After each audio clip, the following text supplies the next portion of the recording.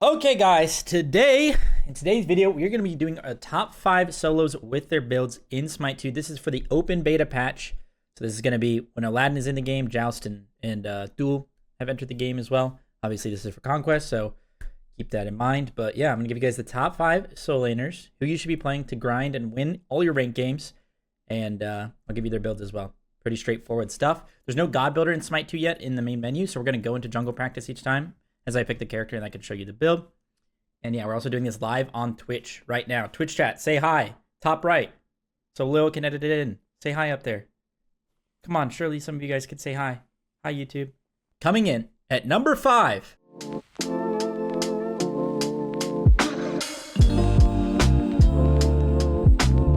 Coming in at number 5, we have Gebington. Without his aspect. Do not play with his aspect. Geb is at number 5.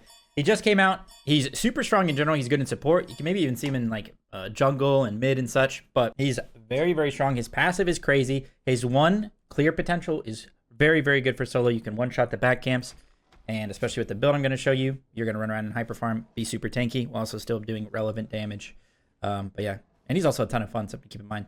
So most games I go Blink or Beads. You don't really need Sunder on Geb. You can go Sunder if you want to start your blue, if you're more comfortable with that. But in general, I usually go Blink or Beads. Beads just kind of guarantees like you can get your rollout off. You don't get ganked because you're using your rollout a lot in lane to either fight or clear. So it kind of just gives you that safety. Same thing with Combat Blink, but it's really up to you. But start the game. Start out with a Boomba's Cudgel. And the reason we go in Boomba's, there's a ton of jungle up on the map. And it also lowers your cooldowns after each auto attack after you use an ability. It's actually really good with Geb, especially late game. We're going to get the upgrade. It's really good for him. He's actually one of the best Boomba's abusers in the game. So that's part of the reason, but also it's just really good for running around and farming the map. If you watch any of my Geb gameplays, you'll see that I'm just literally doing the back camps and blue buffs and everything on cooldown. And you can already, it does give you minus 20% damage on the lane minions, but you already full clear the wave with your one by dashing through the wave and then jumping back on it with the end of the one. So usually start with Boombas, Beads, and like a Hell Chouse and 2 extra potions. That's pretty safe. First item, it sort of depends on what you're laning against. I like to rush straight into CDR or Mystical Mail. Both are going to help with clear. Kind of go one or the other, and you can go the other if you want to. But Mystical Mail is quite nice. Every game, every tank build, you should have Screeching Gargoyle if you're a magical defense item. It's the best item in the game as far as tanks go. It's your first active item. Make sure you're using that. It's going to be lowering prots and making you a lot tankier. Basically, go the other. You can go Glad Shield if you want, or a Breastplate here. It's really up to you. Stampede is also a very strong item, so it's something you consider going for your physical defense item. If you need anti, you can go Ruinous Ankh at this point, and then go Binding. And then last item is going to be a bit situational. If they have a lot of auto attackers, you can maybe consider going Spectral. If you want to be a little bit greedy, Hussar's Wings is super strong. Perma-slow immunity is quite nice. But other than that, maybe they have a little bit more magical damage than they do physical. So you can go something like Voidstone. Voidstone's super strong, going to increase your damage even more. Shred their prots along with your binding. Or you can go a greed item like Helm of Darkness. Since you don't have Blink, you can use your Helm of Darkness to... Can I get level 20 real quick? There we go. You can use your Helm of Darkness to initiate by going Invis for the next 6 seconds. I can just walk up, get a nice Geb ult off, boom, go crazy. That's usually how I build Geb. Pretty simple stuff. Some Smite 1 items combined with some Smite 2 items. You can switch out some stuff here and there, but usually when I have Screeching, usually when I have like a Glad Shield and a Binding, at least in the build, and you start with Boombas. And you can go Beads if you want, you can go Blink if you want, or you can go Sunder. Thing is, you don't need Blink in Smite 2. There's a lot of ways to engage without having Blink as Geb in Smite 2, because we have Helm of Darkness, we can go Invis. We could also go the Bore item, which is right here. Cirque's Hexstone, we could Bore in and then ult. So you don't always need Blink. I think they balanced the game a lot around the Combat Blink and not always needing it, but it's still being a viable relic. So that's Geb at number 5. Let's move on to number 4. Coming in at number 4, we have Chaac. Without his aspect. You want to not use the aspect as Chaac solo because his healing is very, very, very relevant from his 3. It makes you very hard to kill, makes you hard to poke out in lane, makes you win every lane or at least stalemate every lane. So Chaac, I mean, it's kind of the same as Smite 1. I go Blink on him every single game. Don't go Sunder, don't go Beads. You don't need anything else. Blink ulting is super, super strong in this character. But you could consider maybe going Sunder because you can initiate by like walking up and screeching them because you're going to be buying that on everybody. But for the most part, I still always go Blink on this character. It gives you some safety as well. But as I was saying, Chaac is the ultimate stalemate laner. He's sort of like Sobek as well. You shouldn't really ever lose lane on this character. You must have done something very wrong. Not just one thing, multiple steps you must have done wrong to start losing a lane as Chaac, but he's very, very simple, and he's pretty simple to build as well. Bluestone every game. You don't need booms on him. Start wave. Oh, by the way, in the open beta patch, you should be starting your wave, or if you have Sunder, you can start your blue. It's really up to you. The most important thing is to just trade. If they invade your blue, you can go do their back camps. If they go to your back camps, you can go do your blue. Just trade evenly. It's really not that big of a deal if you lose a blue, is what I'm trying to say. But anyway, Chaac's pretty simple to build as well. I like to go a bit of a hybrid Thanos type of build on him. So I like to call it. Of course, when you start the game, go Health Chalice and 2 potions. Pretty simple stuff. But I like to go this build right here. So we go Glad Shield if we're against a physical, into a Prophetic to start stacking that, into a Gem of Focus because he does have hybrid scaling in his kit. We're going to go Screeching Gargoyle. You probably want to go Screeching Gargoyle third if you're getting owned by their magicals. If not, you could probably go Gem of Focus first, then Screeching, but you're going to have Screeching every single build. It's the best item in the game for tanks. Into a Tekko. So now Gem of Focus and Tekko. We're going to spam that. We're going to give us, it's going to give us a ton of cooldown and also a bunch of movement speed. We're going to be so fast on the map. Now, last item, situational. I like to go Reaver. If I'm feeling good, I'm not really getting one shot, I'm able to free cast, I'll go Reaver. If I'm not, and I feel like I need to be a little bit tankier, I consider going like a Spirit Robe, a Hussar's Wings, or a Binding. Usually are those like my last 3 items, but all of those are pretty good. And of course, you can go Rune Sonk if you need anti-heal. But for the most part, you should be tanking up with this build. As long as you're playing Chaac correctly and being slippery, you'll be fine. It's at level 20. So now if we're level 20, we have our Bluestone Brooch as well, upgrade. And we're wanting people. Let me see if I can make this guy level 20. Just real quick.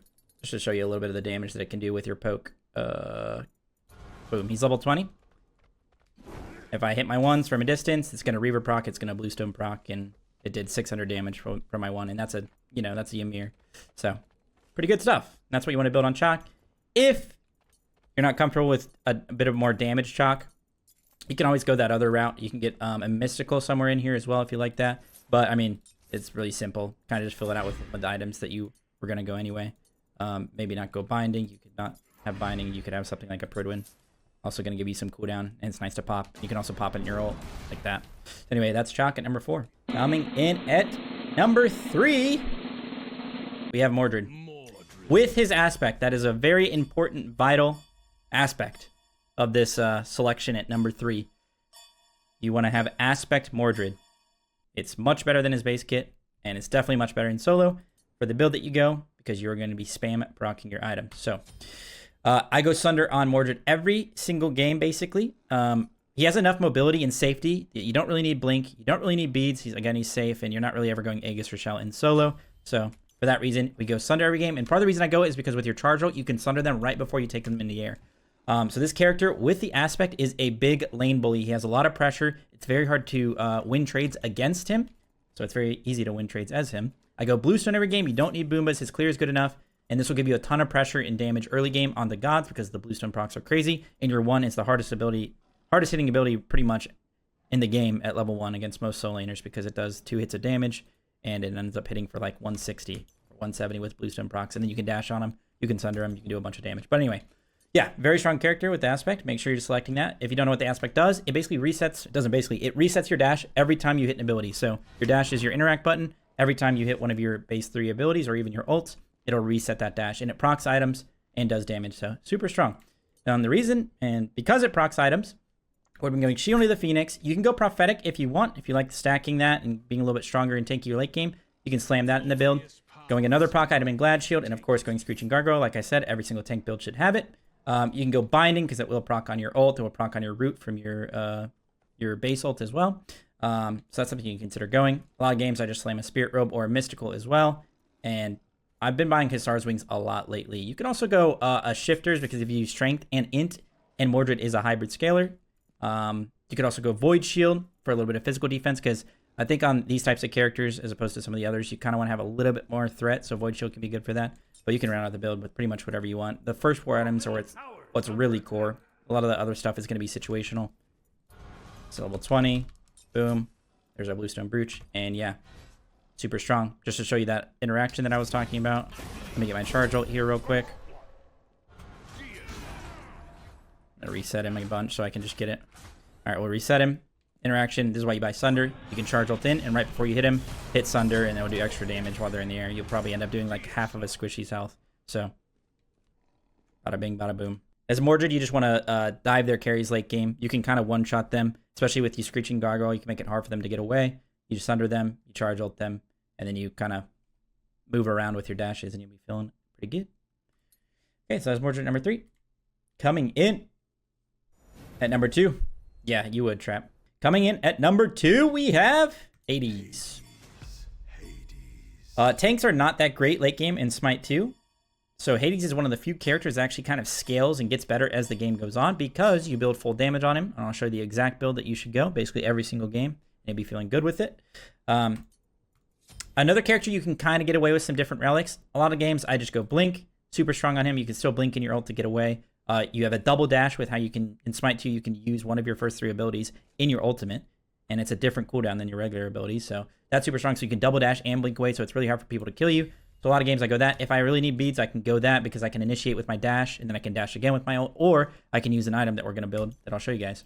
So you can go Sands of Time or Archmages or Conduit. It's really up to you. If you like a little bit more cooldown, Sands is good. A little bit more pressure as far as wave clear, Conduit's good. I like to go Conduit lately just because I'm also rushing a CDR item first item. And every game I don't ever go a tier 1. I always go a starter item plus this. Sometimes multi-pots, but pretty much never. So our first item is going to be Chronos Pendant. You don't need to go Book of Thoth on this character to scale. You'll do enough damage with the build I'm about to show you. Into a Poly. Poly is super strong on this character. It gives you a lot of threat without using your ultimate in the early game. And you full heal off waves as well, so you're just a really good trading character at that point. Into a Totem of Death for some more CDR. Also, this slams with your ultimate. Into Helm of Darkness. This is the Invis item. Like I said, if we don't have Blink, we can just Invis and go in and initiate with our ult and catch people off guard and one-shot them. Into a Roger Hoodie. This is probably one of his best items, if not his best item. Also, if you're wondering, Totem of Death, it's basically stacking pen with dot abilities, and Hades ult, of course, will stack that up very easily. But it also gives you cooldown, penetration that you'll need. Very good. And then last item, Situational. If they're kind of healing through your ultimate, you can go Divine Ruin here. You could just slam an Obsidian for more pen if they're super tanky. Let me see here. It's really up to you. You could slam a Doom Orb as well, like 3rd or 4th. That's a pretty good item on this character as well. But yeah, for the most part, you just want to round out with full damage. Gem of Focus is also nice on this character, especially now that they fixed the 3 proccing it. It wasn't proccing it before. But yeah, it's really up to you. A lot of games I'll just go Divine so that they don't lifesteal as much when I'm ulting them. And then, of course, level 20.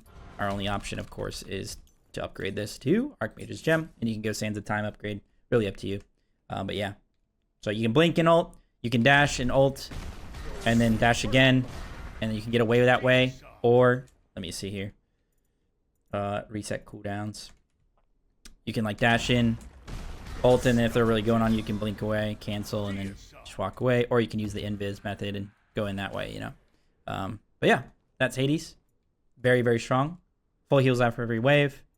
Ton of pressure.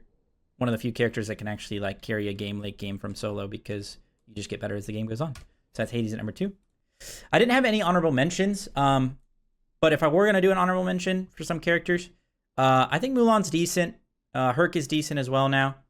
And Sobek. And you kind of build them all the same as like pretty much as Geb in that way. Maybe you don't go Boombas on them, but you go Screeching, you go Glad Shield, maybe go Mystical on them. You can go Bluestone if you want, yada yada. Not a big deal. Build them pretty similar and you'll be fine.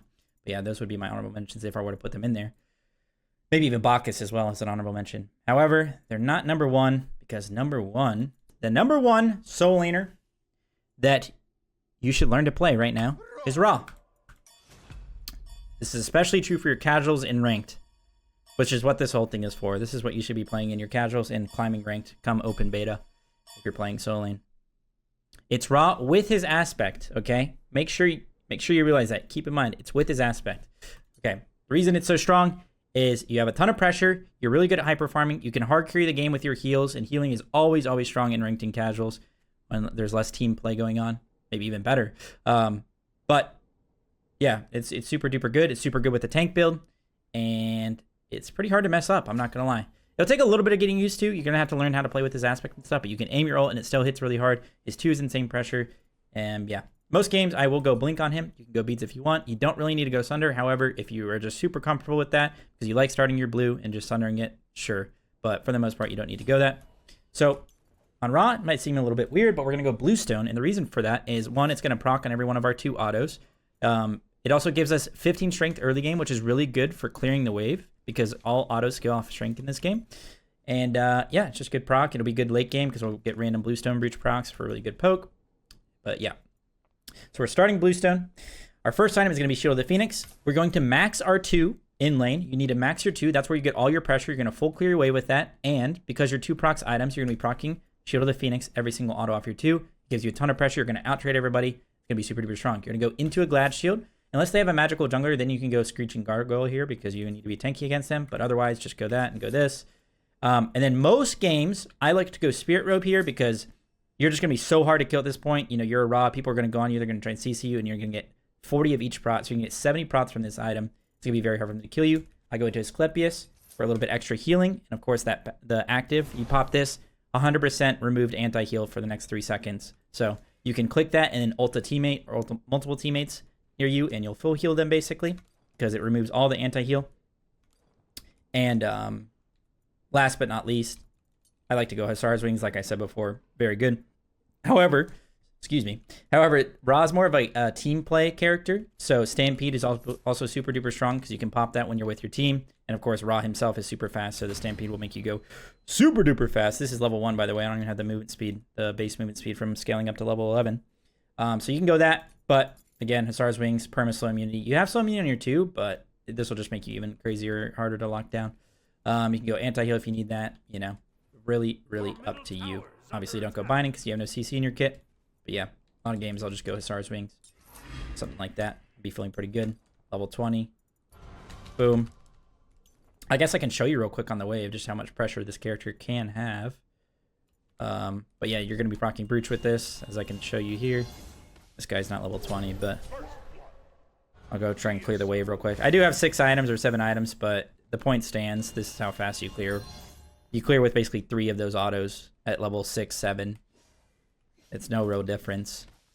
If you just go like this and auto through the wave with your Bluestone and such, you're going to be full clearing the wave because you're going to execute the minions as well. And the twos, they proc abilities, but they're also considered autos, so you execute the minions when they're in the HP threshold. So yeah, and Ra's super duper strong with his aspect. You can aim his ult. You can hit your teammates with them and the enemies. It's pretty hard to miss, honestly. Just gotta track a little bit. And of course, you can attach your 3 to your teammates, and they can go in with that. They can fight with it. They're getting Fizz power. Or not Fizz power. They're getting Strength and Int when it's on them. Super duper strong. Yeah, Ra's very, very good. If you just learn how to play him a little bit, I promise you'll carry your ranked games with it, or your casuals come open beta. Anyway, that is the top, or those are the top 5 soul laners in Smite 2 as of the open beta 1 patch. You should be, you know, ranked is coming out. They're resetting ranked, and there's going to be a speed run event where basically the first, I don't know, the first 50 or first 10? First something amount of GMs or highest ranks get like a special accolade or something, a prize basically. But yeah, should be a lot of fun. Hopefully a lot more people will be playing the game, and ranked will have some good matches. They've already not fixed, but they've already changed a lot about matchmaking and improved on it, and I definitely have been feeling that big time in this patch. The games have been so much better already, so hopefully they'll even get better with the open beta patch and more people playing. But yeah, that's what you should be playing. Hopefully it taught you guys a thing or two. If you have any questions about soul lane or builds or in general, just leave them down in the comments below, and I'll try to respond to you guys, try and help you out. But that's basically it. YouTube or Twitch chat, say bye to YouTube chat in the top right for me. Say goodbye. Goodbye, guys.